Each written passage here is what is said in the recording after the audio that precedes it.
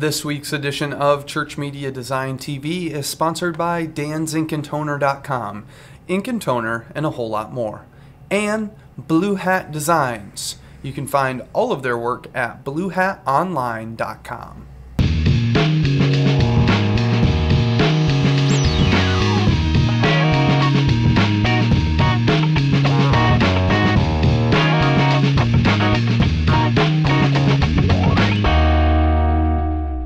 Welcome to another edition of Church Media Design TV, tips, tricks, and how-to for you, the Church Media Designer. I'm your host, Brad Zimmerman, and join with me, as always, it's the three wise men in Jesus. We got Little Whitey, Colonel Sanders, Dwight Thru, and of course, Jesus Christ, the Son of the Lord Most High. Well, as always, we are here talking about how to use media in your church and how to create distraction-free worship environments and how to leverage media to expand the kingdom. So this week we're going to be showing a little bit on how to make the intro to the show. We're going to do that cloud fly-through that you see every week at the beginning of the show, and I'm going to do a little bit of scripting and show you a little bit of animation inside After Effects. So if the three wise men in Jesus are ready, let's get into it. Well, I got a little news for you. Recently, me and Adam and my wife and his girlfriend went to see Chris Tomlin and Israel Houghton on tour for his Hello Love tour. And I'm not a huge fan of Chris Tomlin. I love Israel Houghton. But it was really a really good night of worship, and it was really cool. And one thing that he talked about is passion, and a lot of you guys are familiar with the Passion conferences, and it was interesting. He said that a lot of people didn't know about Passion anymore. But a couple Passion-related news items came up that I thought you might want to know about. Passion is actually starting a church, and it's called Passion City Church, and it's in Atlanta, Georgia. And you can find out more about that at PassionCityChurch.com. And also, Passion just announced Passion 2010.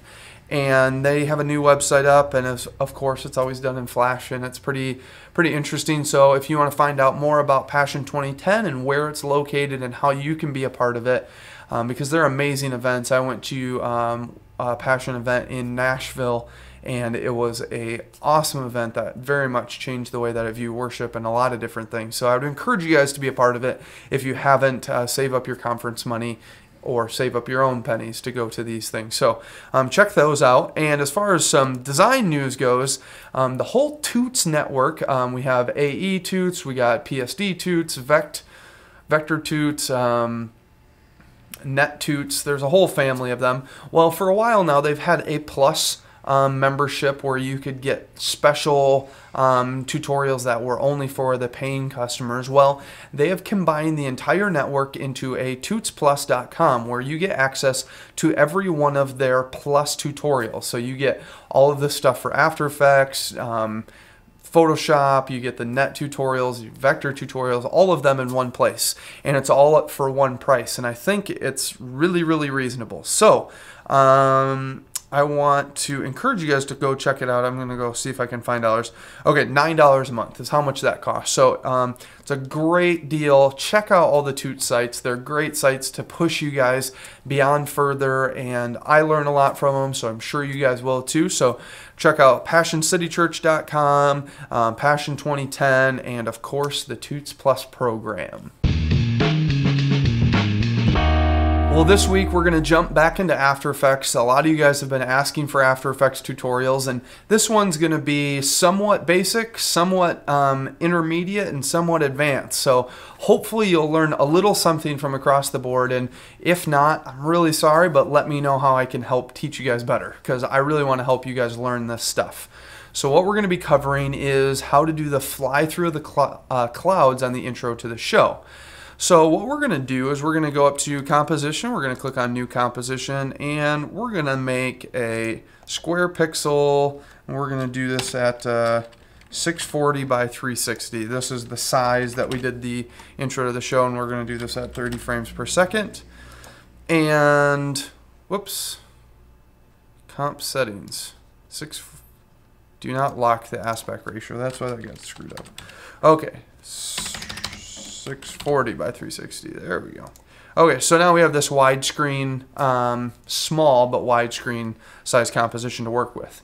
So what we're going to do first is we're going to set up our coloring. So we're going to do a new solid, and we're just going to make this black, and we'll name this background. And now we're going to go up and we're going to do window, and we're going to show our effects controls.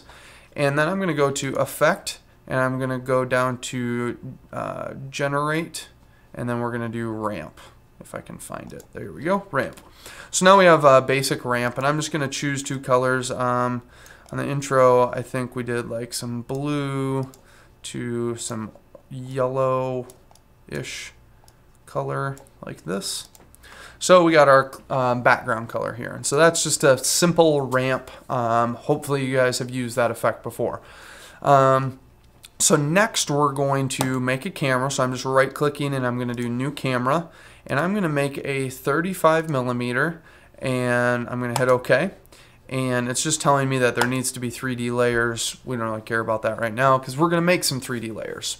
Now the first thing that I'm going to do is bring in our clouds. Now the way that I did this is I went into Photoshop and I made a Photoshop document with a bunch of different layers that are just cloud brushes that I found. And I'm going to take all of these and I'm just going to dump them, whoops, I'm going to take all of these and I'm just going to dump them in here. And you can see we have a whole bunch of clouds. And now we're going to turn on their 3D-ness.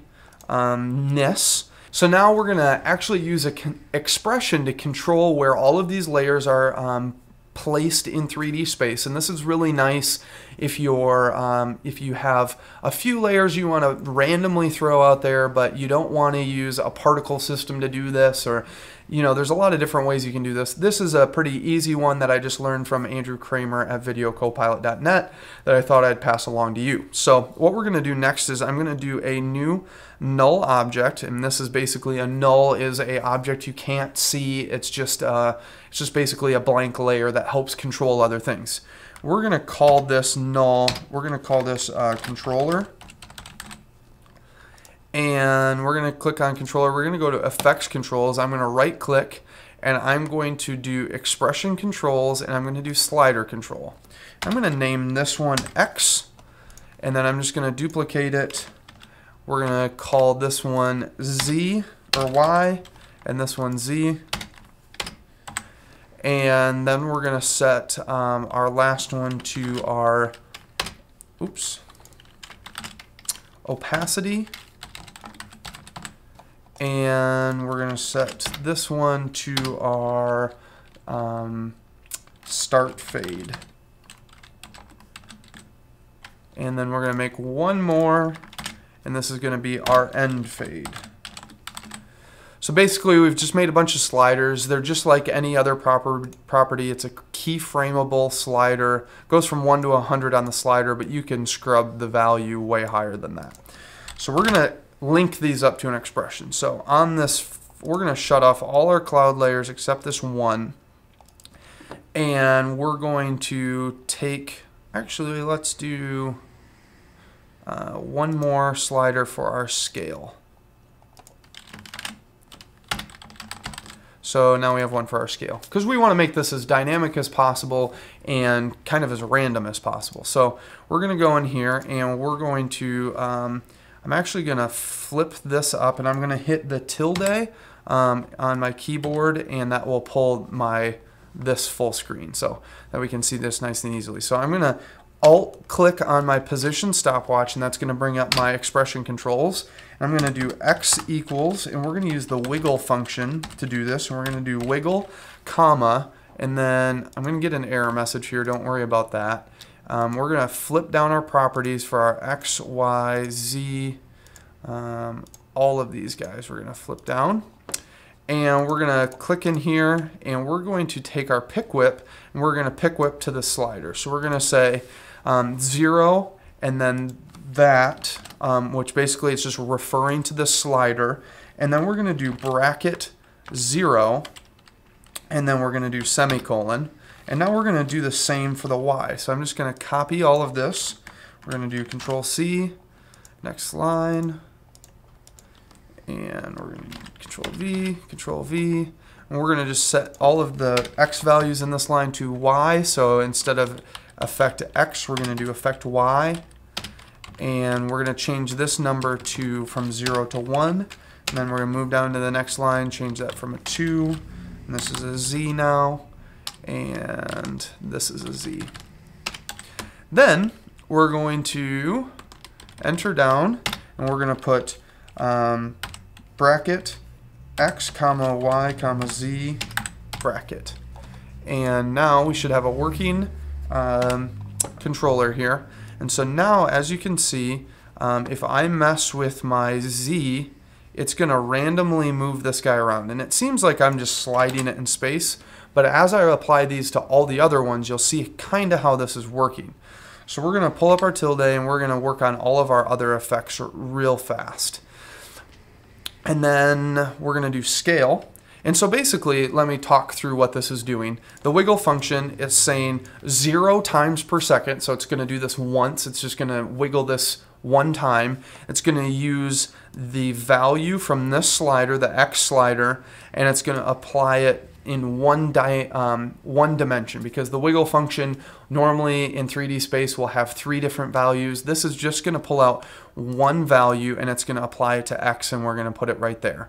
So we have individual sliders for the wiggle of the X, Y, and Z values.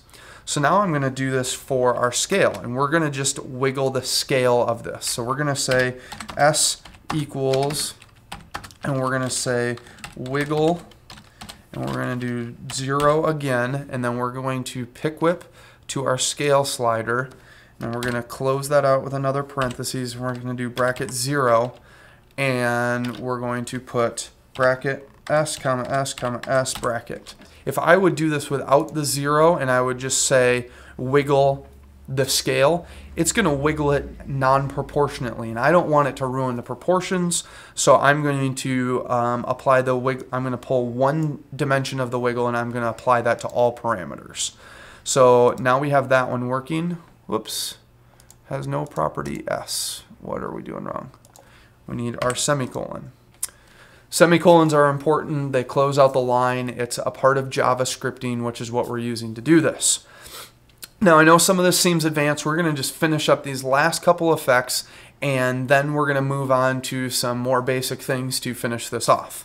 So now our last thing is we're going to do a property for our opacity.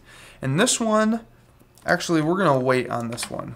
We'll do that one in a minute. So now what we're going to do, I'm actually going to delete these other cloud layers, and I'll hit my tilde, and I'm going to go from active camera to top view, and you'll see we have one layer there. I'll change my layer color so we can see it a little bit better. We'll change this to red. There we go. So now you can see my layer a little bit better. I'm going to just start duplicating. I'm going to just do Control D. And now when I mess with my Z slider, you'll see they start getting randomly put out into Z space. And they're just moving out, and I can mess with my Y slider. And if we go to our front view, you'll see that they're moving up and down, and if I mess with my X, it's now moving left and right. So now, if we go to our active camera, and we zoom in here, we can say, and let's take the opacity down on all of these layers. We'll just go to T, we'll chuck these all down to like 20%.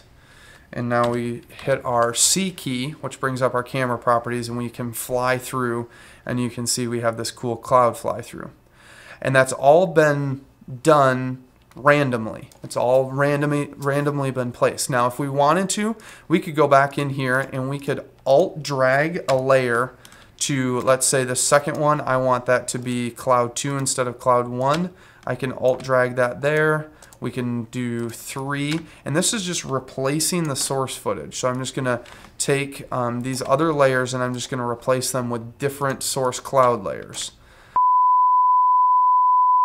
So we just had a light go out on us. This is our second one today, so it's been kind of fun with our awesome halogen lamps, but we got it replaced, so let's get back into the tutorial and finish this off real quick. As you've seen, we've gone through and replaced all of these layers, but one thing you'll notice that is we have a little bit of a problem with these replaced layers. You have some sides and some edges here that are really, really tough and hard. So I think I might actually go back and I might just use 1 or 2 of these. So like you can see 3 here has only 1 hard edge on it, and 1 only has 1 hard edge on it. So we only have some little areas versus a lot bigger areas like this one that's got a lot of hard edges on it. So what we'll do is we'll go back and we'll just replace with the ones that we liked, which were 1 and 3. So I'm just going to replace this guy with 3, replace this guy with 1. Okay, so now we got some more randomness going on, and that's looking pretty cool. Now, one problem you can see is you can see all of these layers the entire time, and you can just see too much. It gets really, really thick.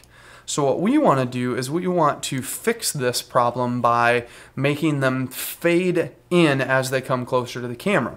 So the easy way to do this is you just go and set transparency, opacity keyframes.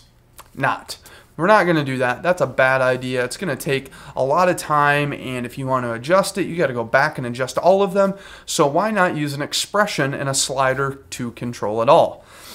So that's what we're going to do. So we're going to, we'll just keep this first layer. We'll turn all these other ones off. And we're going to go back to this first layer, and we're going to Alt-click on the opacity, and we're going to write out a little expression. So we're going to go in here, and we're first going to set a start and end fade value. So we're going to do, and let's actually hit our tilde key so we can see all of our area here, and we'll click back in. Okay, so we're going to do start fade equals, and then we're going to take our pick whip and going to go to the start fade slider and end that out, and we're going to do end fade equals, and then we're going to take our pick whip and go to our end fade slider. So now we have those are setting our start and end values for every layer that this is applied to. Now we're going to figure out what the distance is between the layer and the camera. And the way we do that is we're going to do D for distance equals, and we're going to do position, and we're going to do bracket, oops, I got to spell position right, bracket 2, that's the Z value. There's 3 values for the position, X, Y, and Z. Z is the depth.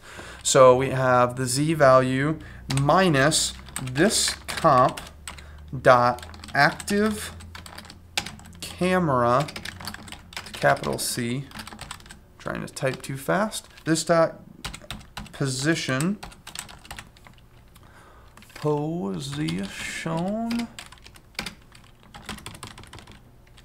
this comp dot active camera position, and we're going to do the Z value of that as well.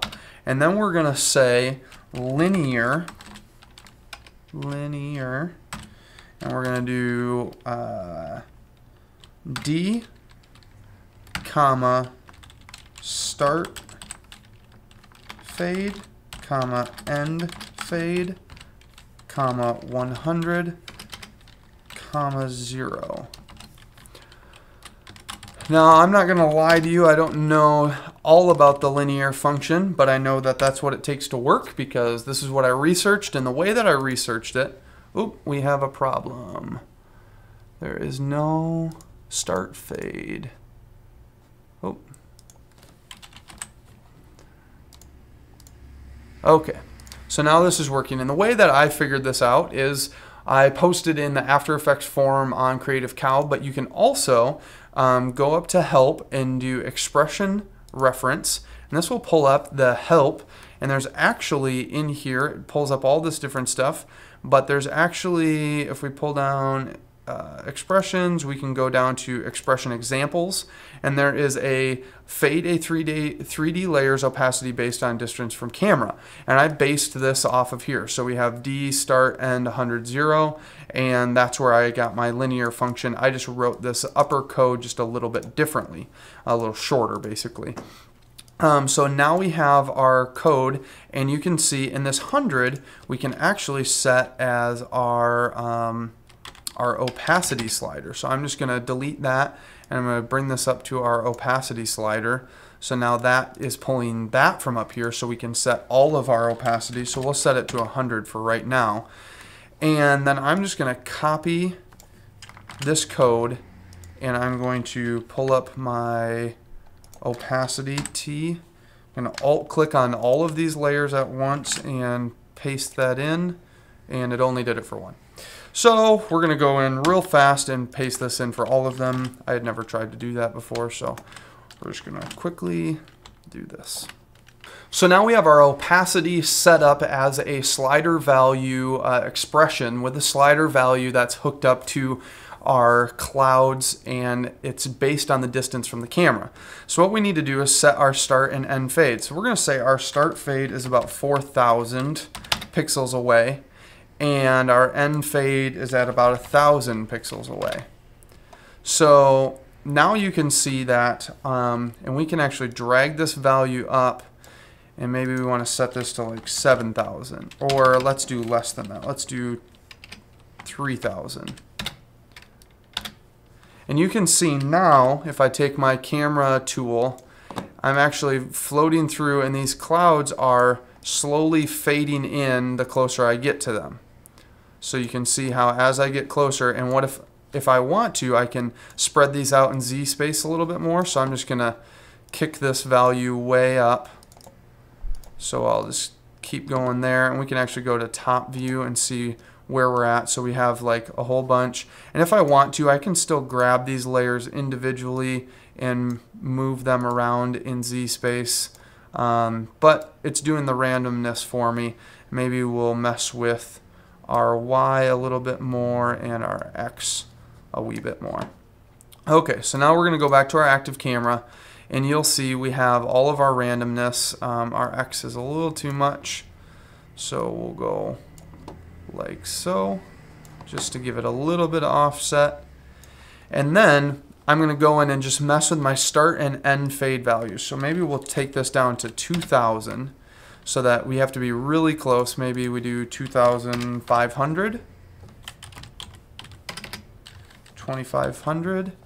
And now when we hit our C key, which brings up our camera controls, we'll dolly through, and as you see, as we dolly through, these things fade in, and more clouds fade in as we go along.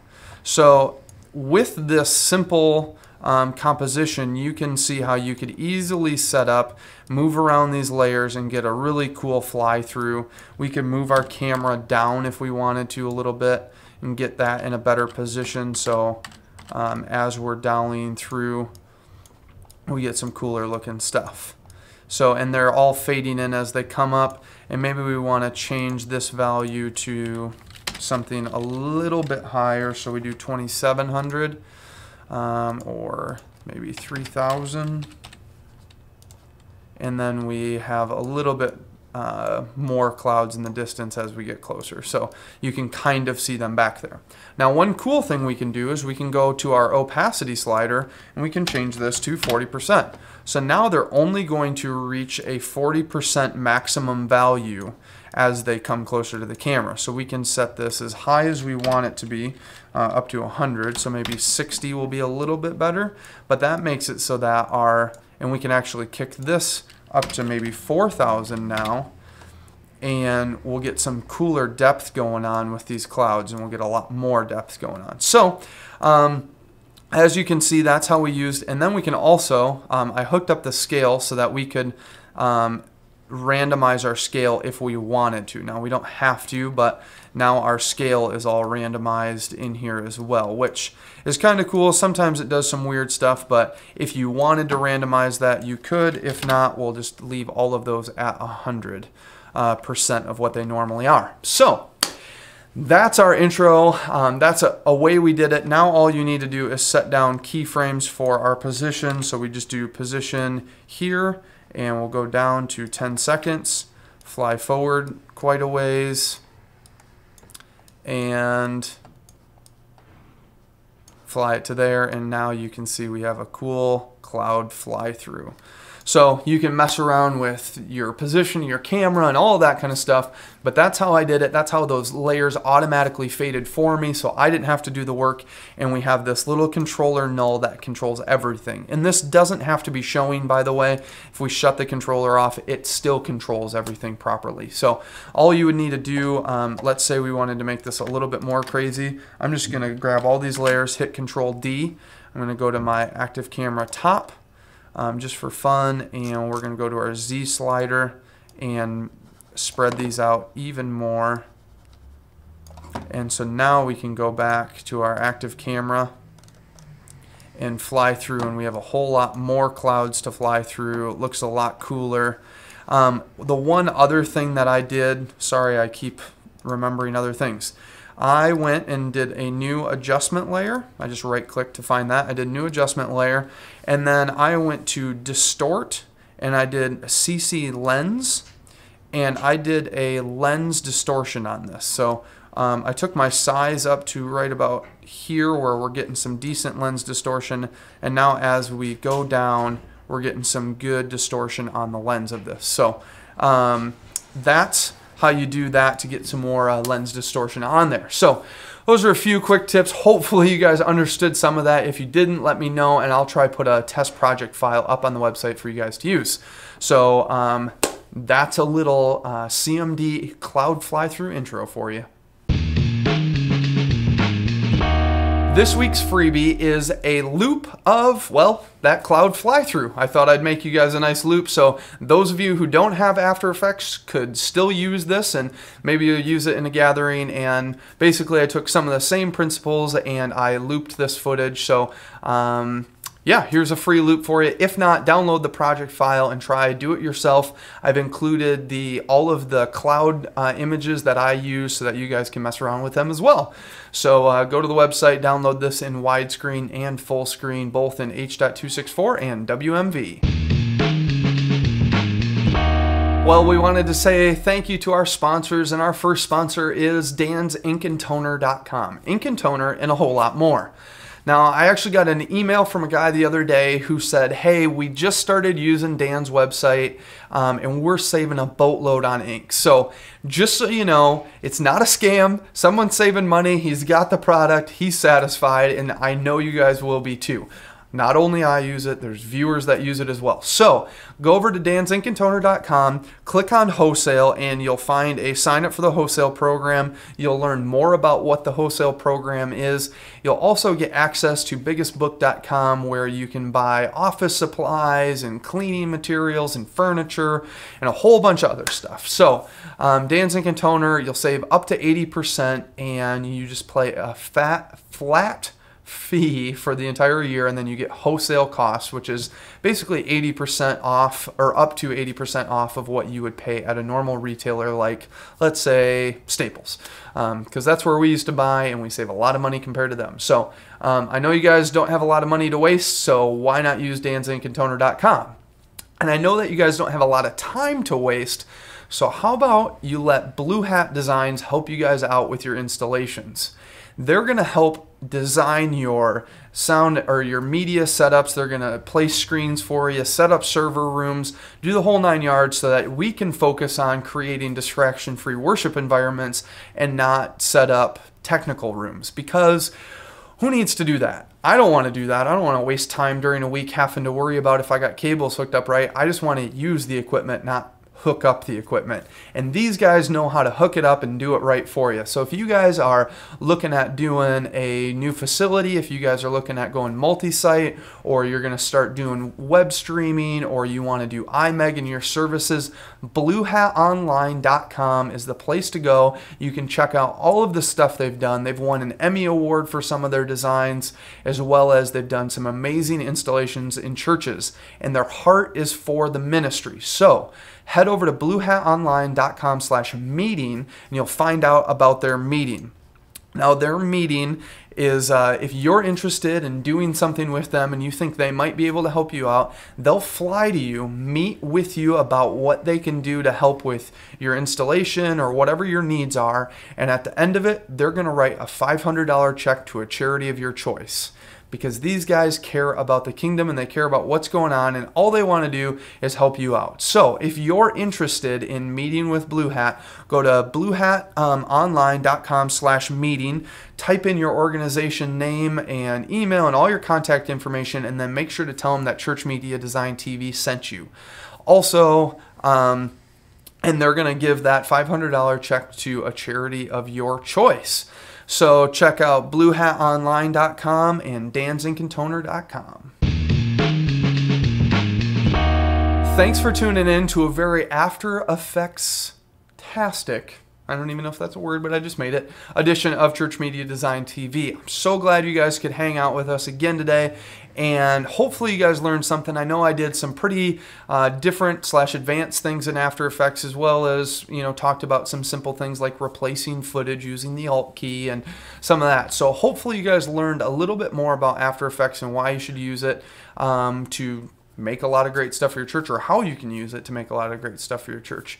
Because it's not about the tools, it's about how you're applying them to use media to leverage media for God's kingdom. So I want to encourage you guys to go to the website and download those freebies of the project file, as well as the free worship loop. If you don't have After Effects, you can also go to Adobe's website and download a free trial if you want to work along with this tutorial. So thanks for tuning in for that one. If it was way over your head, let me know. If it was right where you wanted to learn, let me know as well, because I want to know where you guys are at in your learning process of all of these programs and all these different things.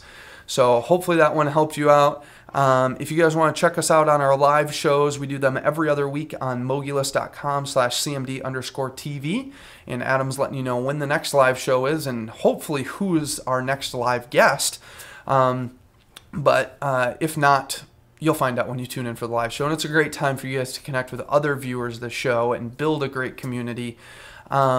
Also, I want to encourage you guys to send emails, brad@ChurchMediaDesign.tv. Hit us up on Twitter, twitter.com/CMDTV or AdamCMDTV. Adam's email address also is adam@ChurchMediaDesign.tv if you want to talk to him. And yeah, there's a lot of different ways to connect with us. So as for me and the three wise men and Jesus, we're saying hopefully the website will be done soon, and we'll see you later.